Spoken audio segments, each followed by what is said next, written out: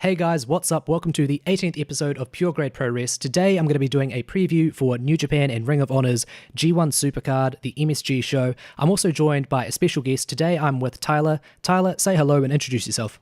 Hello, everyone. My name is Tyler Williams. On YouTube, I'm Tyler-KUN Williams. I speak a lot about wrestling over there, mainly New Japan Pro Wrestling, and get into WWE every now and then. But had to cross over to Lewis's channel, worlds colliding over here. Yeah, I'm pretty excited to be here. Thanks for having me, Lewis. Yeah, that's all good, man. If you guys don't know, I've actually been on Tyler's channel a few times. He's a really cool dude. He sort of like found me and he was like, oh, let's have this guy on my channel. So I really appreciate that. And I'm just giving back, he's on my channel today. So yeah, we're going to be looking at the MSG show, the New Japan and Ring of Honor joint show. So we're going to run through all the matches. The first match is, I would say this is one of the least interesting matches, but well, we'll get into it. So this is going to be the Honor Rumble. And so far, I believe the only entrant that's announced, at least officially, is Liger. So yeah, Tyler, why don't you just give your brief thoughts about this match? The Honor Rumble, if you guys watch any American wrestling, because I don't know what your demographic is exactly, like WWE, in terms of WrestleMania, this would be your casual Andre the Giant Memorial Battle Royal because it's the pre-show and no one really cares about it. So they're probably going to throw a bunch of like mid-carders and lower-card guys in there. I'm surprised Jushin Thunder Liger didn't have a major match on this show, considering it's Jushin Thunder Liger and this is Madison Square Garden. So I'm actually a little shocked they threw him in this throwaway match. But considering he's in there, they're going to have some / bigger names in there. I don't really know who else is going to be in there except for Liger as well. But considering they announce his name first, usually how the trend goes is if they announce your name first, you're more likely not going to win it. So sadly, I don't think he's going to win this match, but it's going to be interesting to see what we have in here and who wins it. Yeah, I think I did hear on another podcast preview that some other people have been announced on Ring of Honor's side, but on New Japan's side, they haven't really updated it. So all we have to go on here is that it's Liger's match. And I was thinking, if this was being booked purely by the Japanese guys, I think that Liger would be losing because it's sort of, traditional there for a guy who's a veteran or who is a retiree or close to retiring. He would maybe get a good run, but then he would put over the younger guys. But I was wondering, if it's Ring of Honor who are booking this, maybe they would be like, oh yeah, Liger, he's that guy from Japan. He's a legend. We love him. So I feel like if Ring of Honor has any say in this, they would have Liger win the match just because they know that all the Western fans would really love this. So I do think it is most likely that Liger's going to win, or that he's at least going to make it to like the final 4 or whatever, if it's like 30 men, who knows. I think this will probably be like a fun little opening match because everyone's going to be really stoked to see this big MSG show. You're going to have like big stars like Liger. You're probably going to have some, I imagine you have some like New Japan guys in there that you can get along with, like maybe you'd see Ishii. I think it would be majorly disappointing to have him on the show in the opening Royal Rumble match, but I think people would still be really stoked to see him in there. But yeah, this isn't like a very big match. So yeah, who do you think is going to get the win? Even though there's only one person announced, if you had to make a guess, who do you think is going to get the win? Well, I just brought up all the people who are announced from the Ring of Honor side so far because I highlighted out this the only people. We have Kenny King, PJ Black, the Bouncers, Beer City Bruiser, and Brian Malonas, and Cheeseburger. I think you know who Cheeseburger is. Oh, yes. So those are the 5 guys they've announced from Ring of Honor side so far. Considering the fact that I know just about all the Ring of Honor roster, but I really don't know all of them that well. And I'm going to go off the New Japan side mostly. I do think they would probably have someone like Ishii and like the guys who aren't on the main card would be in this Rumble because I feel like with them not being on a card at all, you kind of have to have them on the show in some capacity. Yeah. I also have to plug my man, Shota Umino. I really hope he's in this Rumble. That would be awesome. Oh, man. Can you imagine the endorsement this guy gets if he's wrestling in Madison Square Garden? Oh, yeah, that'd be crazy. That's a huge deal. Yeah, especially before his actual main roster debut. That'd be crazy. Exactly. Yeah. But he wouldn't win, obviously. But still. Well, no, he wouldn't win. No. I always bait myself to say maybe this would be a moment, and then he always loses. But if I had to pick a winner, I feel like it kind of has to be Ishii, honestly. I feel like he made it so far in the New Japan Rumble. And he put on such a great performance. Like, just about every match he had was great. And the American crowd knows who he is because if you guys remember, when they faced off for the IWGP United States Championship, that nothing title now, he faced off against Kenny Omega in the finals of that tournament. And with that familiarity with the American crowd, I feel like they can have Ishii win this win this match. Maybe if they want to try and do something with Ring of Honor, him and Ring of Honor, they could have him like face off for like a mid-card title over there. But yeah, I'm gonna go with Ishii to win this. It's funny because they got rid of the opening Rumble from the Wrestle Kingdom shows, and previously, even though that's sort of been a throwaway match, they have occasionally used that match to set up future matches. Like there was a time when Nagata won it, and that acted as a de facto number one contendership match for the IC title, and then a few years later that also happened with Elgin again for the IC title. So I wonder if they're going to do anything here with who wins the Rumble, either on the New Japan or ROH side. But I think we've spent a bit too long on this random match. I'm going to go with Liger. Tyler is going with Ishii, even though he's not announced, so, a bit of a risk there, but, who really cares? We'll move on to the next match. This is the actual opening match. This is the match that should be opening the entire show. Will Ospreay versus Jeff Cobb. So this is a title versus title match. This is the never openweight champion Will Ospreay going up against the ROH World Television champion Jeff Cobb. Tyler, what do you think of this match? Very interested. I think it's very interesting and weird at the same time that they did like, I think this is like either the second or the third like title for title match they're doing on the show. Like they are really heavily relying on double champions here. So I think that's kind of odd. But at the same time, I think they got to add some value to these matches since it's such a huge show for both companies. So I understand it in that aspect. But going off of predictions alone, I feel like with Will Ospreay, they're doing him so well in New Japan. He's getting such great ovations over there, like surprisingly great ovations. Like he's getting like top gaijin type of recognition over there. Jeff Cobb, he's been in New Japan a few times. He could be in like the World Tag League. He's been in a few matches. He's been on the Honor Rising tour lately. He's a really damn good talent, and I definitely want to see him work in New Japan a lot more if, he's not having visa issues, because apparently a lot of people are having visa issues over here when getting into America, so hopefully it's not the reverse effect. Yeah. They faced off before, and their matches have been pretty good. Here, though, I think I'm going to go with Jeff Cobb winning. Wow. Because Will Ospreay is doing so well, I think if he drops this title, they're going to do something with him in the future. And earlier in the year, I was not very sold on Will Ospreay being in the G1 Climax. But after his performance against Jay White and after his performance in this not the World Tag League, the New Japan Cup, I'm like, you know what? I can buy this guy being G1 Climax. So I think he drops the title here, goes on a few months doing something, and then we see Will Ospreay in the G1 Climax. He won't win it, but he'll be in it. So that's what I'm going with Jeff Cobb to win the title here. Okay, interesting. For me, I totally agree with you that Ospreay, like the last 6 months, he's been getting some amazing reactions. Like ever since he beat Ibushi at Wrestle Kingdom, that sort of solidified him in the New Japan fans' eyes, where it's like in kayfabe, he's a serious threat, but also like in real life, it's like, wow, New Japan actually trust him. They put Ospreay over a bunch of big guys the last like year or so. And I totally see what you're saying, where it's like he should drop this title and move up. And I totally want that. I would love to see Ospreay challenging for the IC title or even the heavyweight title. But I feel like New Japan really wants to keep someone strong in the openweight division. So, but at the same time, I feel like it would be odd for Ospreay to then become a double champion in New Japan as well as Ring of Honor, because like he's relatively full-time in New Japan at the moment. So part of me thinks either Ospreay's going to win here or there's going to be some shenanigans. Like maybe we'll get like a 15-minute amazing match and then there'll be some like stupid interference from like an ROH guy that ends in a double DQ or something like that, because it just seems too weird having like either guy be a double champion. Jeff Cobb is really good. That's the thing about doing these double champion matches, is that if you have that, one guy has to hold both titles. And let's not forget, Ring of Honor is an American-based company. New Japan is a Japanese-based company. So now you have these guys fluctuating between these two countries defending the titles. That's why I'm like, why are they doing this double champion stipulation? But I'm like, you know what? I'm sure they can handle it somehow. New Japan, they tend to work with Ring of Honor a lot. We tend to see like Juice Robinson. He's been working a lot more Ring of Honor than New Japan, which I don't get because he's the IWGP United States champion. But nonetheless, it's going to be interesting to see what they do there.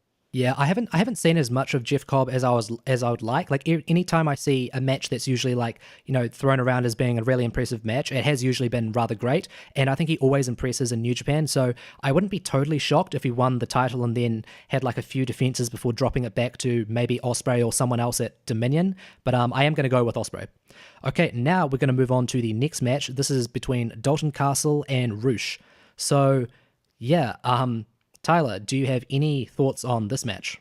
I would say this is probably the match I'm least interested in. Don't get me wrong, both guys are really talented, especially Dalton Castle. I've always been a fan of his and his boys. I honestly want to see let me not say this guy's name again, but Shota Umino come out as a young lion with come out with boys with Ren Narita or Yota Tsuji. That'd be awesome. But this is the match I'm least interested in. It's a throwaway for me. I'm going to the show. This might be a bathroom break match. I'll be honest. If I have to choose one, I'll go with Dalton Castle. No particular reason, just to have a guy to say I'm going with, honestly. Yeah, Dalton Castle, when I first started watching ROH like 4 years ago, he was one of my favorite wrestlers just because he's so eccentric, but he doesn't let his character get in the way, or at least he didn't back then. He didn't let his character get in the way of being a decent wrestler. Yeah, because I haven't been watching him or Ring of Honor for the last like 2 or 3 years, but a lot of people say that Dalton Castle had like a really big injury, and apparently now he's like nowhere near as mobile and agile as he used to be. I actually thought he looked rather good in the Honor Rising shows, but he did seem to be sort of missing something. And Roosh, he's another guy where people have said that he's actually not that good a wrestler, but whenever he's come over to New Japan for the Fantastica Mania shows, he's always been like really like fun, very charismatic. I think he fits in like perfectly with, Naito and all the other LIJ guys, obviously. So yeah, for me, again, this isn't a match I'm very interested in on paper, but I feel like this could be really fun. I feel like I'm just going to put it out there. I feel like maybe Roosh is going to get the win because I know that he was recently signed by Ring of Honor, and I saw him sort of talked about as being a relatively big signing because I think he's relatively popular over in the US. So yeah, I'm just going to go with Roosh. That statement you said about a lot of people saying that he's the weakest member of he's not that good of a wrestler. I think when people say that, they're comparing him to like most members of like Los Ingobernables. Like they're comparing him to Naito, they're comparing him to like, even though he's not a member anymore, they're comparing him to like Andrade Cien Almas, who's in WWE now. They're comparing him to like everybody in that group. And if that's the case, then I would say he is the weakest link. But if you take him out of that faction, I think he's a good wrestler standalone. But nonetheless, I'm still going to go with Dalton Castle. It's a kind of a match to stab the guys on the card. I think Ishii should have been on the card instead of Roosh. But let me not split the guy there. But yeah. Okay, the next match, this is between Mayu Iwatani and Kelly Klein, and this is for Ring of Honor's Woman of Honor Championship. So, first of all, I'm just going to say, Mayu Iwatani is fucking fantastic. I haven't seen enough of her to say she's like a 10 out of 10, but from like the few little moments I've seen of her over the last few years, she is like a 9 out of 10. She is so fucking fantastic. She has like a crazy offense. She's so fucking flexible. She sells and bumps like fucking crazy. And I haven't seen much, I don't think I've seen anything of Kelly Klein. And whenever I hear her talked about, people usually say that she either has a bit of an attitude backstage or that she's generally not a very good wrestler. So Tyler, can you tell me anything more about Kelly Klein, like your thoughts on her or whatever else you've heard of her? Well, I've seen only a little bit of work from Kelly Klein, and honestly, it's been her match with Mayu Iwatani at Ring of Honor's show they had this year. I can't remember what it's called. I think it was War of the Worlds. And she's been in another match that I've seen before, and she was moderately okay. I wouldn't say like I've seen like a great match from her, like I see from Mayu Iwatani and like Momo Watanabe and a bunch of girls that I've seen in Stardom before. Like I don't think she's on Mayu's level at all. But I think she will have a really good match with Mayu. I hate using this term that Mayu's going to carry her, but she's kind of going to carry her in this match. Nonetheless, though, if I had to make a prediction for this, Mayu is the reigning defending champion. She won that title from Kelly Klein. I don't know if this feud's going to extend any longer than it has. I think the feud's been going on at least since the beginning of the year. I don't know if they want to have Kelly Klein win it back because then, in America, they do the whole rematch clause thing. I think we're going Mayu to retain the title here. It's going to be a great match, though. They're not going to disappoint. I haven't seen their previous matches. I have heard some people say they were a bit disappointing, but they have always said that Mayu Iwatani was still really good in those matches. And when I've been watching Stardom lately, they've had some matches with Mayu defending the Woman of Honor title. She defended it against Konami, I believe, a month earlier, and that was a pretty good match.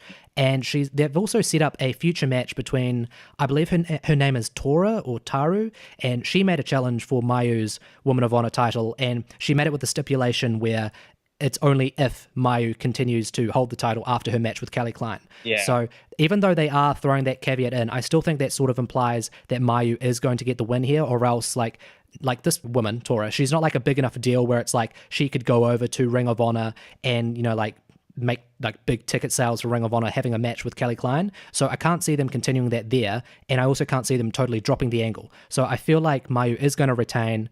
Honestly, even if the match is disappointing, the only thing I care about is Mayu retaining, just because she's such like a happy-go-lucky wrestler. It's just like she's like one of those really pure wrestlers where it's like, I don't know, she just brings joy to the world. That's all I'm trying to say. Okay. She does. She's like Bailey. She's like Bailey, and I think when I talk about Kelly Klein, I think a lot of that comes from the fact that she is considered a bitch backstage, from what I've heard. And when you have that reputation of being a bitch and you're not even that good in the ring, then people just kind of look at you like, well, you're going to get carried. You're kind of just here. You're like, if you honestly and truly, I was kind of hoping it would have been someone else facing Mayu. I'll be the first to say, like, when they said Kelly Klein, I was kind of like, oh. Like I was kind of hoping for like another Stardom woman to be in this match, because that would exactly off the place. But I'm like, I'll just take Kelly then. That's fine. Obviously, I'm not going to put too much actual like thought into this, but I do want to say, hey, we've got a New Japan show, we've got a women's match, Exactly. maybe like we're finally getting what a lot of people have been asking for.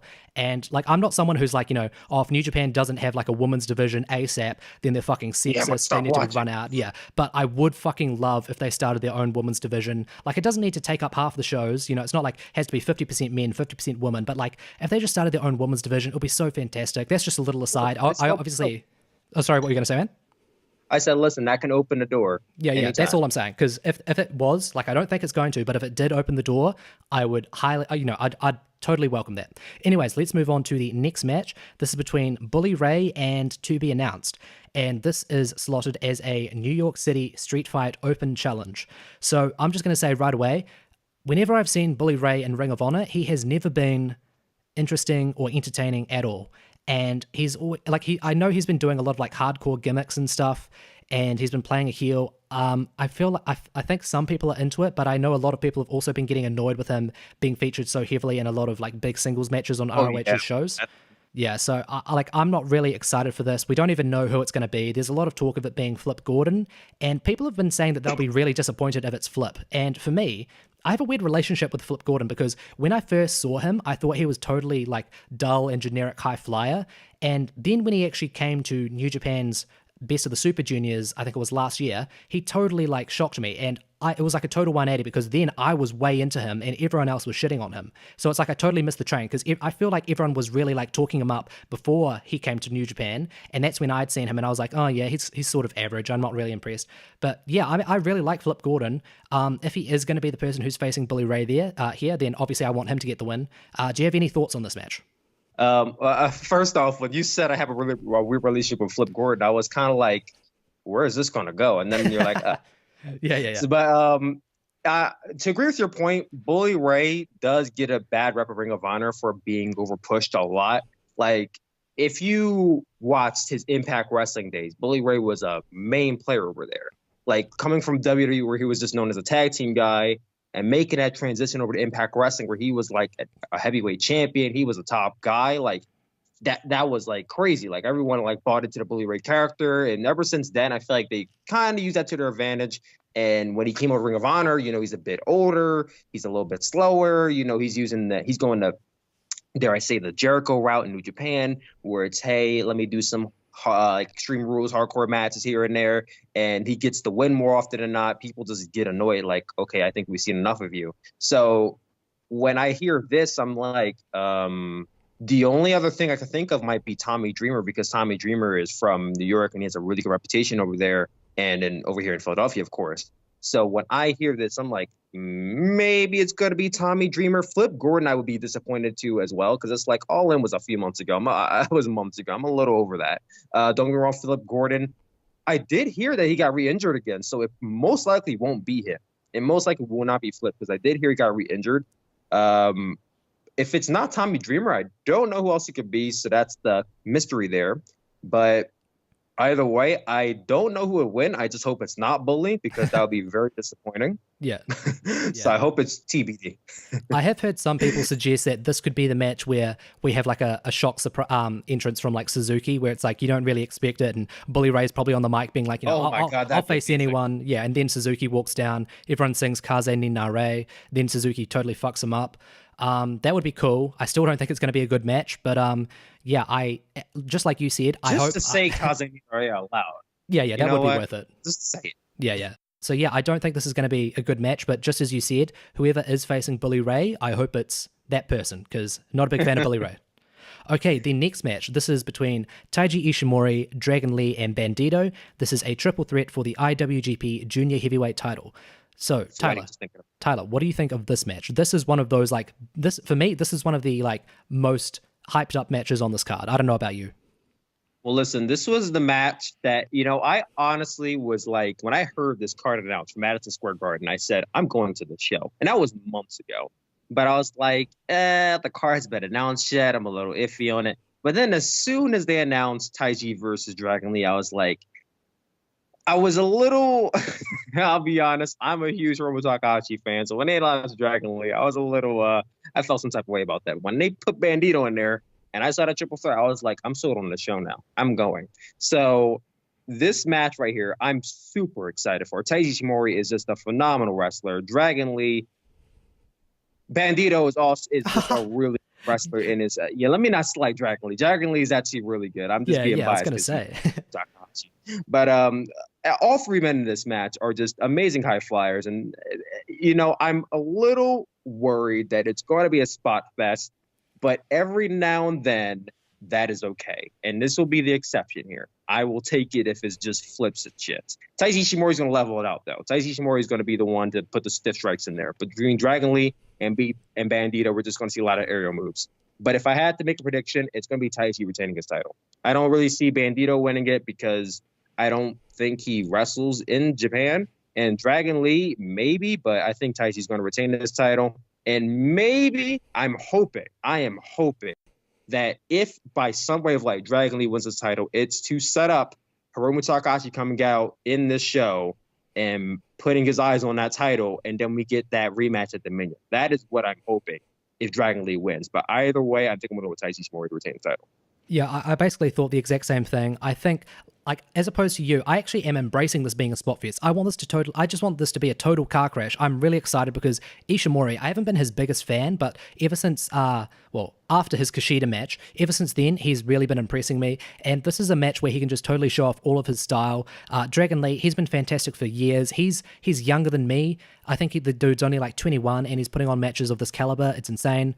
And there's also Bandito. I haven't seen too much of him, but whenever I have seen him, he's been really impressive. So yeah, I expect this to be like a great match. Sorry, go ahead, man. No, I said Bandito and Dragon Lee are both 21. Like, they're both like really young. Wow, I didn't know that. Damn, I thought Bandito was like 30 or something.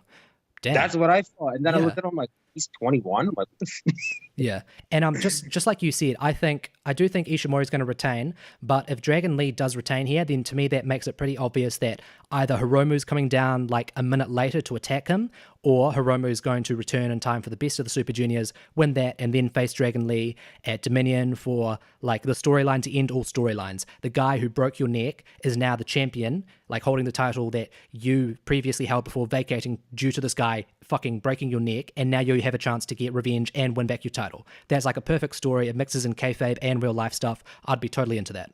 Yeah, I can't wait. I'm super excited for this match. The next match, this is an IWGP Tag Team title and ROH Tag Team title match. So basically a title versus title match with two other neutral teams. This is GOD, Tamatonga and Tangaloa versus Brody King and PCO versus Sonata and Evil versus the Briscoes. Tyler, go ahead with your thoughts. For this, when we first got this match, when we first got note of it, Guerrillas of Destiny was the champions, and it was not PCO and Brody King, but it was the Briscoes who retained the title from, I believe it was Juice Robinson and David Finlay from the Honor Rising tour. That's when we first got light of it being a champion versus champion match, and everybody was excited for it because it's like, I never thought I would want to see a match between the Briscoes and the Guerrillas of Destiny until they announced it. And then, like, fast forward a month later, and then the Briscoes lose the title to PCO and Brody King. And you're like, oh, okay. I mean, I'll take it, but I kind of want to see the Briscoes versus the Guerrillas of Destiny. Like, they started to get everyone hype, and then they changed it. So it's like, So I'm a little interested. I'm kind of questioning if they made this a four corners match because they were afraid of the backlash this match would get if they just took the Briscoes out of it completely, because they just spent so much time building up that singles tag match. So with them adding Evil Sonata and PCO Brody King into the original singles tag team match, it's interesting, but at the same time, a little, I don't want to say disappointed, because that would insinuate that the match isn't going to be good, in my opinion. But it's going to be a crash course. I think this is going to be like one of those matches where it can go either way for three teams. I don't think Evil Sonata are winning the titles. I'll just be honest. They're not winning it. PCO and Brody King, I'm not sure if you're familiar with those guys, but PCO, this guy is 51 years old, and he moves around like he's 30. It's ridiculous. He's taken some of the craziest bumps I've seen in the independent scene. Brody King is also really good. He's a heavy set guy, but he can move like nothing else. And I'm sure you're familiar with everybody else, but I'm really excited for this tag team match now that I think about it. It's a champion versus champion match, which just makes me so confused, because it's like, I don't think PCO Brody King are going to go to Japan and start wrestling over there. So they're not going to win the titles. Evil Sonata have been in Ring of Honor before, so that wouldn't shock me. The Briscoes have been in Japan before, so that wouldn't shock me as well. So I think it's going to be either the Briscoes or the Guerrillas of Destiny winning the title here, since it's supposed to be between those two men. I'm going to go with Guerrillas of Destiny, honestly. I think they're going to win the titles. Yeah, for me, this could easily be totally fun. It could be like another sort of car crash like the Triple Threat Junior Heavyweight match, where it's just, a bunch of guys just running in. But I also feel this could be really monotonous, especially if the Briscoes and Tama Tonga are in Tangaloa. Like, I do appreciate their styles at some points, but they've also had a bunch of tag matches where they've sort of relied on being like a beatdown and like really heel-centric. So this match could go either way for me. For the winner, just as you said, I don't think it's going to be Sonata and Evil. My main reason for that, though, is because Sonata just got a massive push in the New Japan Cup. Exactly. And so I don't think they're going to immediately put him back into the tag title division. Like, they could do that, but, it's not like, it wouldn't be the first time New Japan's totally disappointed us with their tag team booking. But I think it would be totally insane to have this guy go all the way to the finals, take Okada sort of to his limit, and then slot him right back into that position. I think they need to build Sonata. Exactly. And so that's my main reason for knocking them out. And then I'm left with the difficulty of, okay, which team here then is going to win both tag team titles? And I feel like, just as you said, I think it's going to be between GOD and the Briscoes.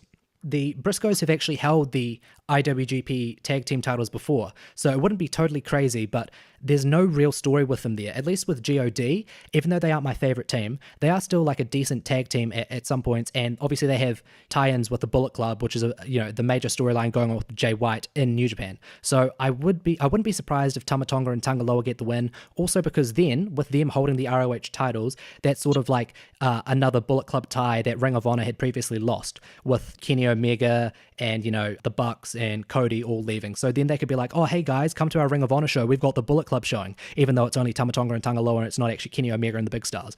So, that's maybe something they could do. So, I'm also going to say I think this is going to be GOD.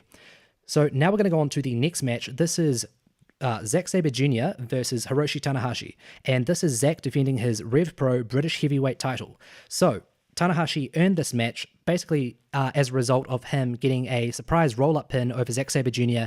in the quarterfinals, I believe, of the New Japan Cup. Tyler, why don't you just go and give your thoughts on this match?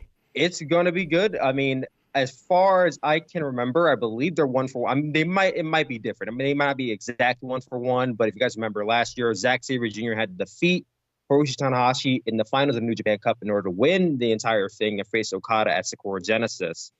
Fast forward a year later, they make it to was it the semifinals or the quarterfinals? I think it was the semifinal? It was the semifinals of this tournament. And Zack Sabre Jr. is like the tournament killer. This guy's been taking apart like everybody in this tournament. In last year's tournament, he's kind of undefeated at this point. So people are in question, like, okay, if he defeated Ibushi, then will he defeat Tanahashi, make it to the final round? And that's when Tanahashi beat him, and he made it on to face Sonata. So that was the quarterfinals at the point. In this match, it can go either way, in my opinion. I'm going to say Zack Sabre Jr. wins because, now don't get me wrong, Tanahashi has been a Rev Pro before. He was not new to the company. So him defending the title there, I don't think would be too far out of bounds. Actually, you know what? Since Tanahashi just lost the heavyweight title, the IWGP heavyweight title, and I think they might be trying to slow down with that guy. They might have him win this title and go over to the UK and wrestle over there for a while. That might be interesting. You know what? I'm going to go left field. I'm going with Hiromu Tanahashi win the title here. You know what? I actually agree with you. I do think it's still more likely that Zack Sabre Jr. is going to win, but I still think there's a really high chance that Tanahashi wins. And you've got to remember, like Rev Pro, they fucking love New Japan. They've put that title, they put the British heavyweight title, they put it on Shibata, and they put it on Ishii, and I think they've also put it on Suzuki even. So it's not like they're going to like suddenly be like, oh yeah, Tanahashi, he's not good enough. Like the dude's one of the greatest fucking wrestlers of all time, in my opinion. So I think they would totally welcome Tanahashi holding their title and even building up its prestige in Japan. And you also have to remember that there's going to be that, I think it's the Royal Quest show, which is going to be that UK show, like a total New Japan show in the UK. And I've heard this talked about, so this isn't like my original idea, but it would totally make sense to have Hiroshi Tanahashi and Zack Sabre Jr. headline that, with Zack Sabre Jr. winning the title back at Royal Quest. So I don't think it's going to be like totally out of the blue if Tanahashi wins here. So I think I'm going to go with Tanahashi as well. You know, I when I heard that show, I immediately thought that this is going to be the show where Will Ospreay gets his heavyweight title shot. But I could definitely see that happening too. Yep. So yeah, we're both agreed. We both think it's going to be Tanahashi. And now we're getting on to, so this is the, like, we're finally getting near to the end of the card, this massive like 11 match card. So now we have Naito versus Ibushi, and this is Naito defending his IWGP Intercontinental title after Ibushi, rather shockingly to some people, he pinned Naito in the first round of the New Japan Cup. So for me, I think it's going to be Ibushi getting the win here, actually. And my reason for that is that there was a big deal made of Ibushi finally like signing full-time with New Japan. He's no longer a freelancer. He's, you know, totally committed to New Japan. And they made a big deal out of that going into the New Japan Cup, where he got a bunch of like interviews on like, you know, online. And he also had like a big like moment in the ring where he's like announcing to people, I'm going to stay with the company, I'm going to be, you know, going in the New Japan Cup. And then I actually picked him out to win the entire thing, and I think so did you, Tyler. And then he ended up going out in the quarterfinals to Zack Sabre Jr. And I think it makes sense for him to immediately get, you know, his momentum back, which he had going into the New Japan Cup, especially after beating Naito, if he once again beats Naito here and takes the IC title. And that would sort of be New Japan sort of testing out the waters with Ibushi, being like, okay, we're going to give you the second highest title in the company, and we'll see how you go with that. And we'll see if, like, you know, maybe in a year's time, who knows, maybe you're finally ready to have the, you know, the big title, like the IWGP heavyweight title. And the reason I also think Ibushi is getting the win here is because I'm still convinced that Naito is going to be headlining Wrestle Kingdom. And I think you want to get the title, you want to get this IC title off of him sooner rather than later. Because if he loses it at Dominion and then he ends up winning the G1, or then he ends up winning like the IWGP heavyweight title itself based off of a G1 match, which would happen at like Destruction or King of Pro Wrestling, then there's not like enough time between his loss of the IC title and his winning of the G1 or the IWGP heavyweight title for it to seem credible, where it's like, okay, well, you lost the title, but then you win this even bigger tournament or this even bigger title. So I think it makes the most sense for Ibushi, who's already like way over with the US fans. I think it makes a lot of sense for him to win here. You know, Ibushi moves up, and then Naito's freed up to go for the G1 or the IWGP heavyweight title itself before Wrestle Kingdom. What about you, man? Dude, I think you hit it like spot on there with Naito. You basically hit a spot on with Naito. You know, he already lost to Ibushi in the New Japan Cup, which I'm shocked they did that match first, because it's like, okay, well, it's either one or the other going to win this tournament, and then neither man won. And I think that's where we baited ourselves, because everyone's like, okay, Ibushi just signed, he's going to win this tournament, possibly going to, like, I think everyone baited themselves into thinking Ibushi's going to win the title like so early on. So giving us this match here is like, okay, maybe it'll give Ibushi the Intercontinental Championship. But I'm going to go out of left field again. I'm going to go Naito to retain the title here. I think that, yeah, I know, maybe not my boldest prediction, but I think, you know, to date back to everyone saying, oh, Naito's going to be a double champion since he said he wants to hold both titles, I think they're going to play up on that. They're going to play up on Naito is still the IWGP Intercontinental Champion, and he still wants the Heavyweight Championship. And going into the G1 Climax, now, don't get me wrong, I think if they want to do a rematch at Dominion, that's when you got Kota Ibushi win the title. But I think they should play into that a little bit more. and get a little bit closer to G1 Climax with the thought that Naito could go on to face either White or Okada. I don't want to get my prediction too early here, White or Okada at Wrestle Kingdom. And with that, I think that Naito should beat Ibushi here and make them 1-for-1. So that way, if they want to do a rematch, later on in the year or maybe Dominion as early, that way they could tell the story of, Naito won here, but Ibushi won at the New Japan Cup. Naito won when it mattered, and Ibushi won in the Cup. So, what's going to happen here? They could build that tension if they want to do a rematch. So I think for that reason, I'm going to do Naito win the title, retain the title. Yeah, those are fair opinions. I think so. There's arguments made on both sides. Either way, no matter the result, I think this is going to be an amazing match. I thought they were holding back a bit on their first round match of the New Japan Cup. I think here with a really ravenous US crowd, I think they're going to go all out. Necks are going to be on the line. Yeah, this is this might be the match I'm most excited for, actually. What about you? In terms of the match I'm most excited for, I think I probably would go with the triple threat for the junior heavyweight, but this is definitely the second because I'm a huge Kota Ibushi fan. That is my guy right there. So I'm super psyched to see this guy live. In a sense, I feel like if Ibushi were to win the title right now, we can pretty much all but confirm he's not winning the G1 Climax. So that's also part of the reason why I don't want him to win the title right now. But nonetheless, it's going to be an amazing match. I just hope neither man get a broken neck because when they face off against each other, they just like to dump each other on their necks as hard as they can. So hopefully no one walks away with a concussion or, having to get surgery. But either way, it's going to be an amazing match. I can't wait for it. All right, we are edging even closer to finishing this card. We are now up to the semi-main event. This is for the ROH World Championship. This is a three-way ladder match with the champion Jay Lethal defending against Matt Taven and Marty Scurll. I'm just going to say, it's crazy that 4 years ago when I first started watching Ring of Honor, Jay Lethal is still the face of that company to this day. There was a period where it was Adam Cole for a bit, but whenever I check back on Ring of Honor, I'm like, I haven't seen this company in ages. What are they doing? And it's oh, yep, Jay Lethal, he's still champ. And I don't have anything against the guy. I actually do like him, but it just makes Ring of Honor feel so damn boring. So, always having the same guy on top. And I'm a relatively big fan of Marty Scurll, so I'd love to see him take the title here. I think this is going to be a very fun weapon spot fest. I think all three guys can be fantastic on their day, even Matt Taven. He's been depressing whenever I've seen him with the Kingdom because he gets held back by those guys. But whenever I've seen him in singles matches, he's usually always worked really, really hard and been surprisingly athletic and acrobatic. So I'm not super excited for this match on paper, but I wouldn't be surprised if it did end up being very good at the worst. Oh no, it's gonna be a really good match, especially with the whole ladder match situation going in. So now everyone could just fly over the damn place. When you said earlier that Jay Lethal's been on top for a long time, I think most people would agree with you. He's kind of like the John Cena of Ring of Honor, if I do say so myself. For as long as I've known of Ring of Honor, I've known of Jay Lethal, and for as long as I've known Ring of Honor, he has been the top guy over there or the world champion. So that point could not have been any stronger than what you just said.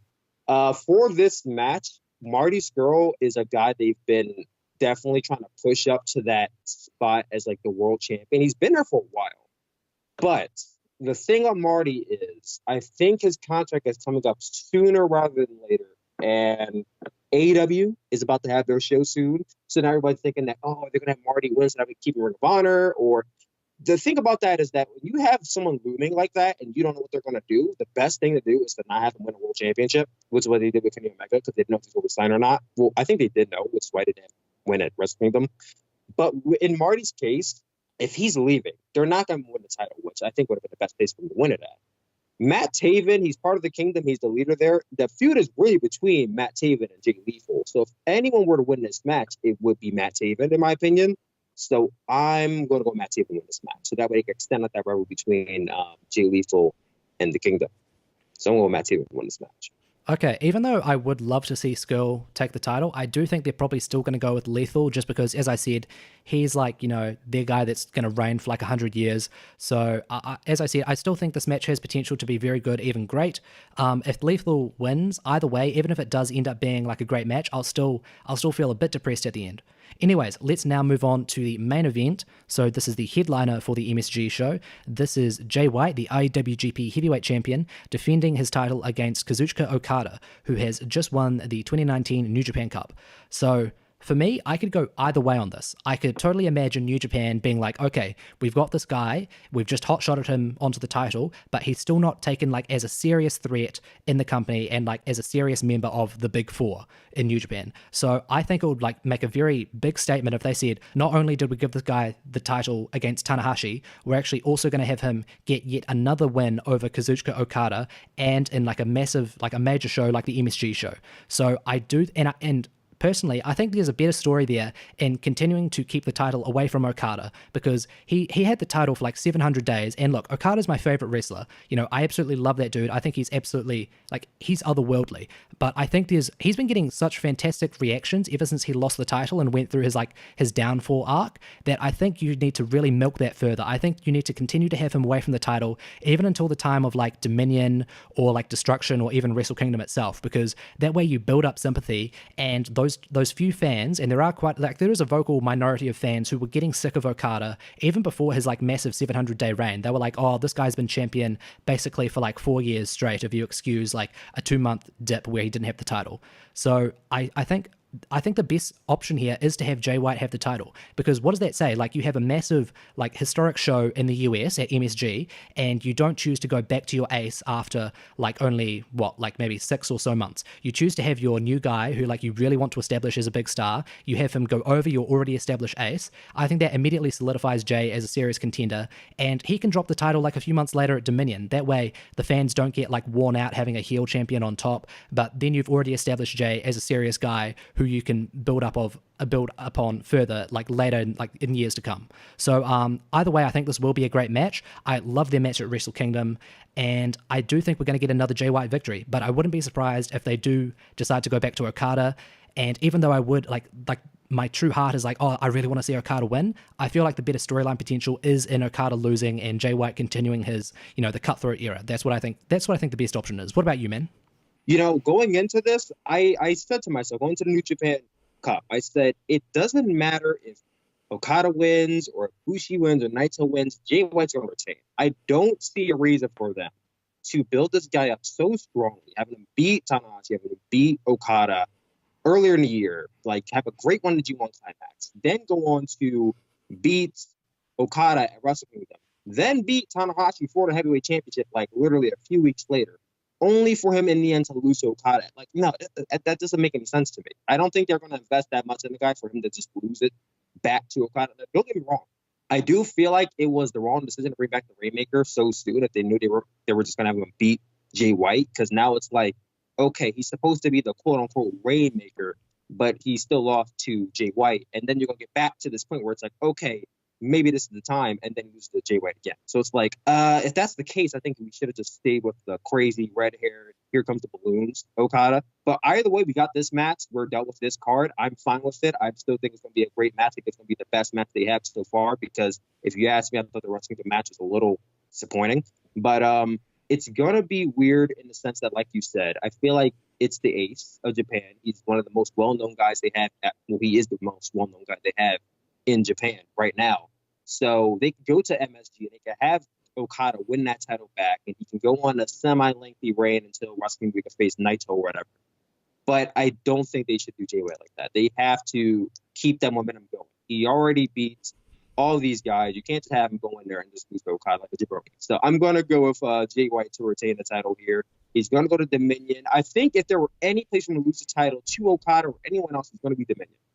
So that way you can go to I still think the blueprint is Okada is going to beat Jay White at Dominion, and then Naito wins the G1 climax, and that's how we get to the point of Wrestling 14. But either way, I think Jay White retains the title here. Yeah, I totally agree, because like the thing is, I can totally understand New Japan being like in the mentality of, okay, Okada is the guy we want to be the face of this company for the next 10 years, so we've got to get the title back on him like ASAP, even though it's only been like 6 months since he's been without the title. Well, I guess a bit longer than that. Like, it'll be like maybe 9 or so months or something at the time. It's still way too soon for me. And I think not only do you sort of ruin Okada's redemption story of him getting the title back so quickly. It was Jay White. Yeah, exactly. Because like, you don't just put the heavyweight title on anyone. You know, this is New Japan. When they gave Naito that 2-month reign, like that was not meant to be just like a random little thing like, hey, here you go, now you can be satisfied with being the IC champion for like the next 5 years. That was just them testing out the waters and being like, okay, what can we do with Naito? And that was them establishing that Naito is meant to be a serious contender. And if they take the title off of Jay White after 0 defenses and only like 2 months or something, it won't totally ruin him. I'm not going to say that, but then when it comes back to actually finally pushing him again, when he starts like challenging for the title again or even winning it and going on another reign, you lose a lot of that momentum that you would otherwise have had if he's at least had like 1 or 2 defenses and been relatively dominant. And Okada is like, as I said, Okada's their ace. He's the guy they want to be the face of their company for the next 10 like plus years. He doesn't lose anything by taking a fall here, you know, like even though I think Jay White would then be like 3-0 against Okada has all the fucking records in the book right now. He's not going to lose anything. So yeah, I do think Jay White's going to get the win here. If Okada wins, I'm going to be very conflicted because, as I said, he's like my favorite guy, and part of me that's just like, you know, like the child who just like loves like their favorite pro wrestler. I'm going to be like, oh yes, Okada, my dude, he's back on top. But then I'm going to be like, oh, but what does this mean for all of their storylines? So I'll be very conflicted, but either way, I do think this is going to be a great match.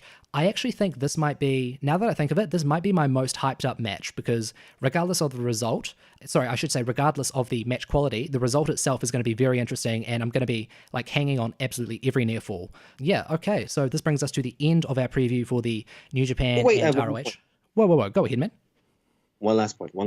Yeah. To play off of what you just said about G-Way, I feel like to have this, you guys got to remember, this is a New Japan Ring of Honor show, but this is not a show in New Japan in Japan. This is a show in America. This is for the American audience. They're trying to establish themselves as, hey, this is the next upcoming company that all of you Americans should look out for. So I feel like to have Jay White come in there as the champion, he's the guy who's supposed to, quote unquote, replace Kenny Omega as the top guy. You know, he just beat Tanahashi. I feel like for him to go in there and lose to Okada, what kind of impression do you give the American crowds who don't know who Jay White is? That this guy comes in and he just loses to Okada after like so-and-so days as champion and like no defense at all. That's why I said he would look like a jabroni. Like you can't come in there and just completely discount everything he just did because, hey, this is our ace. This is our top guy. Like I don't think they could do Jay White like that. It would be criminal. I would be actually very off-put if Okada like just won. Like I'm not even the biggest Jay White fan, but if he were to lose to Okada at this show, I would be very, very disappointed. I don't know about you, but I'd be disappointed if Jay White just lost like that because they invested too much in him at this point. Yeah, I totally agree. Like, I also do think I'd be a bit disappointed because like Jay White has so much momentum right now because I think he's the most interesting character. He's the most interesting wrestler on the roster just because he matches like a beat down sort of aggressive style with also a lot of like intelligence and psychology where he's like relying on like just knowing his general surroundings and like preempting a lot of his opponent's attacks, and he just comes off as a very creative wrestler. And like, okay, we're not seeing like Ibushi, Naito, Okada like big spots and sequences for like, you know, 20 minutes or like, you know, the last 10 minutes, but he can work that style, and he just brings such a different dynamic to the New Japan main events for the title that we're just not used to, and I think it's really exciting. And as a character, he's the most interesting character that New Japan has right now, just because I think he's fantastic on promos. I think he's got a great conviction with his character. He knows exactly how to portray himself. Yeah, as you said, I think I would be depressed. No, sorry, not depressed. I don't know why I wrote that. I'd be disappointed. Sorry, I should say I would be disappointed if Jay White does not win. I think I really just want to see, like, the one thing I want to see from the show is the visual of, you know, Okada. Even though he's my boy and I fucking love him, I want to see the visual of, you know, all those like, what do you call it, like this, like the stuff they blow out of the cannons after like the people like defend their titles. Oh, the confetti? Yeah, that's it. The confetti. God, why couldn't I think of that word? I want to see the confetti fall down as Jay White is holding the title up high. You know, the US fans are like showering him in booze. You know, that's just what I want to see. That's like the one thing I really, really want to see from the show. Yeah, this is the WrestleMania. You don't have to have a happy ending. I think Jay White winning is the best option. Yeah, exactly. Like, it's not like this is Wrestle Kingdom or even Dominion. You can have a heel go over and like continue to establish himself as like a dominant force in the company that he's basically taken over. If you want someone to get over, you have to have him beat a top guy. Jay White's beaten Okada already, but it'll be a bigger deal if he beats him again. So I think it would be criminal if they just have Okada beat him. I just can't bring that fact alone. That's why I'm a little like confused as to why they did this match right now. It's like if they want to do this match, they could have waited. I think to do it so soon, because now if they do it at Dominion, it's like, well, we just saw it like a few months ago. And we just saw that match for that a few months ago. It's like they feel like they're doing these matches way too close together. But either way, I forgot my last one was going to be, so go ahead. Well, yeah, I was just actually going to bring this to a close unless you had any other further points on the Okada versus Jay White matchup. Yeah, no, I lost my last point, so I think we can close it up. Okay. Well, yeah, so for this card overall, I think this is going to be an amazing show. There are like, at least, if I had to pick out, there are about 5 matches on this card that should be at minimum great. And then there's a bunch of other, like most of the ROH matches, sorry to say, which I think are going to be, like, have a very good chance to be very good at the worst, you know? So I think this... Fine, I live. Yeah, this could easily be like a match of the year, a show of the year contender. You know, like for me at the moment, my show of the year is still Wrestle Kingdom. Even though that did have its issues, there were just too many great matches to deny it. But if there's any other show I've seen thus far that has a reason or like a small chance to challenge it for show of the year, I think it's this one. And listen, yeah. I'm going to New York in 1 week. And the driving point of going to New York is to see this show. Now, WrestleMania, even though it's WrestleMania week, WrestleMania is the next day. I'm going to New York mainly to see this show. So for many people out there, I think a lot of their driving point is they want to go to this history-making show. They want to see all the great matches on here. And I think that point of this is a history-making show is what's driving people to want to see this show. So this is a huge show for New Japan. This is a huge show for them. And they're gonna blow it out of the ballpark, man. I can't wait for it. I'm hyped. Yeah, I can't see how this show could possibly be bad. Like I think it's absolutely insane to think of it being bad. I think it's also pretty crazy to think of the show being, like, it could maybe be disappointing, but it'll be disappointing in the sense that it'll only be very good. Like, if this is less than great, it'll be disappointing, but then it's like, it's still going to be like very, very good. The only way it could be disappointing is if they have the wrong people win too many times. Yep, yeah, I agree with that. I think they've actually, like, because the way they've structured... You can have great matches. Oh, my bad. You can have great matches, but if you can have a Tanahashi versus John Cena, but if John Cena beats Tanahashi in like 15 minutes with 1A, you're just like, oh. So that's why I'm saying, like, you could have a bunch of great matches, and then if the wrong person wins, it just leaves sour taste in your mouth. So the only way they can have bad shows is if, like I said, Okada beats Jay White, and then you have, I don't know, freaking like Evil and Sonata win the tag titles. Like, that's the only way I can see the show being like anything below really great. But go ahead. Yeah, I was just going to say, like, the way they've structured the card, like, I think they've done it really well at the very start of the show and then like the second half, because we start off with like a rumble where it's going to be like, you know, a bunch of goofy fun where it's like, oh, here's that wrestler you don't really see, you know, they're going to be like probably a bunch of comedy spots, I imagine. Then we get like a serious, like, good match, like Ospreay versus Cobb. I don't think that has a chance of being match of the night just because there's so many other great matches, but like it could be great. And so I think it's like a really strong opening there with like a sort of a fun sort of jovial match and then like a serious great match.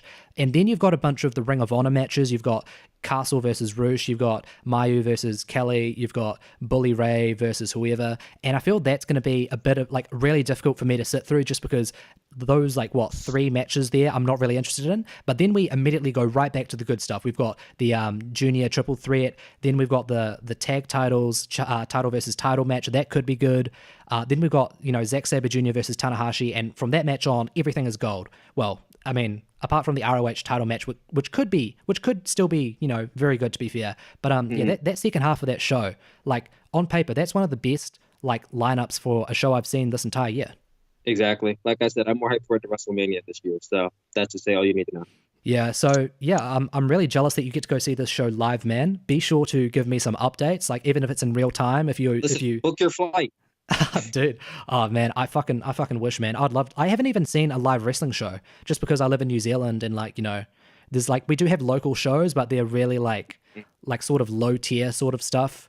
So yeah, but I'd love for my first like show to be like a New Japan show in the US, just because then I get the greatness of having a New Japan like wrestlers, culture of America and New Japan wrestling. Yeah. Exactly, because like even though I do love the Japanese crowds, the US crowds when they're watching Japanese wrestling, which they're passionate for, it's so amazing. Like all of the US shows that New Japan has had, even if some of the matches have been disappointing, the crowds have never disappointed. You know, they've always been really hype. So yeah, be sure if you ever go on Twitter during some of the more dull matches, matches, just go on Twitter, send me a message, like let me know what the crowd's thinking, let me know what you're thinking of matches. Yeah, exactly. So, thanks for joining me, dude. I'll be sure to leave your links in the description for anyone who wants to check out your YouTube or Twitter or anything. Any final thoughts? If any of you are in the local area of New York, if you're on the East Coast, if you're coming out WrestleMania weekend, do yourself a favor. The show is not sold out. And trust me, the tickets are cheap right now. They want this show to sell out. The cheapest ticket, if you go on like TickPick right now, is like $31. You can literally spend half of $50 just paying for this. Go and see the show. It's not going to disappoint. You have some of the greatest wrestlers in the world on this show. I don't want to sound like I'm sponsored by them because I'm not, but they want to sponsor me again. But this is going to be an amazing show. Do yourself a favor. Go watch this.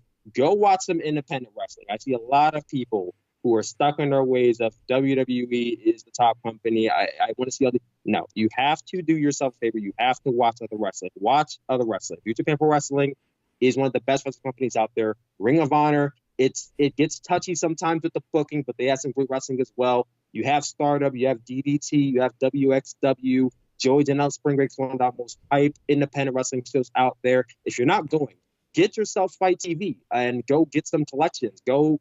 I just advise, if you're listening to this and you have not seen any other program except for WWE, or you have and you're just not into other programs, this is the show you want to look out for. It could turn you into a new fan of either product or both. So, yeah. Watch the show. Yeah, man, I couldn't agree with you more. Like, if you have to choose one show to see this year, this is probably your best shot because, this is the best shot of this being like a totally amazing show, like top to bottom. Maybe a bit of a slow middle period, but I think the stuff at the very start and the end is totally going to make up with it. Okay, exactly. So that brings us to the end of, what did I say? I think this is my 18th episode of Pure Grade Pro Res. So be sure to check out the podcast on YouTube, Podbean, and iTunes. You can also follow me on Twitter at Pure Grade Puro. That's Pure Grade Puro. I do plan on doing a review of Noah's Great Voyage in Yokohama show. I know I've been promising that for a while, and the show's been out for like 2 weeks. Sorry, guys, I was just really like tied up with the New Japan Cup. I was trying to, get those clicks by doing those reviews. And there's also an All Japan show from the 19th, which I haven't seen yet. I am going to be doing a review of that as well because that had a bunch of title matches on there and quite a few. Tell us to review WrestleMania. Oh God, I actually might do just for the sake of it. I might do a WrestleMania review. You really have to. I think it would be pretty cool to just to give you. I just want to hear your opinion. Oh yeah, sorry, you were just cutting out a bit, but I do. Yeah, I do actually think like as like a sort of random little bonus episode, maybe where I do like 30 minutes max or something, not going as in depth as I do with like Puro, but sort of being like what did I think of this match? What did I think of this match? Be warned, I'm not the biggest like fan of WWE, even the NXT stuff, so I do imagine myself being pretty critical, especially if the show is like 5. Like I feel like people are saying it's going to be like 8 hours or something. That's what I heard, but I don't like. The thing is, like it's like Poe's Law. I don't know if that's like someone being sarcastic or if it's genuinely just like because this show's already like 6 hours or something. They're not being sarcastic. WrestleMania is a long show. So they're not being sarcastic. Jeez, it's going to be a 7 hours.